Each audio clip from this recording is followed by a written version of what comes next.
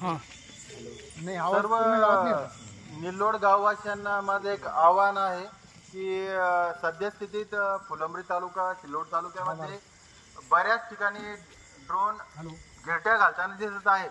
तर नागरिकांना माझं एकच आव्हान आहे की सदर ड्रोन कशा संबंधित आहे, कशाचे आहे याबद्दल प्रशासन खात्री करत आहे। तरी सर्व नागरिकांना माझे आव्हान आहे की कोणीही अफवांना बळी पडू नये। सर्व गावागावामध्ये पेट्रोलिंग नेमण्यात आलेली आहे।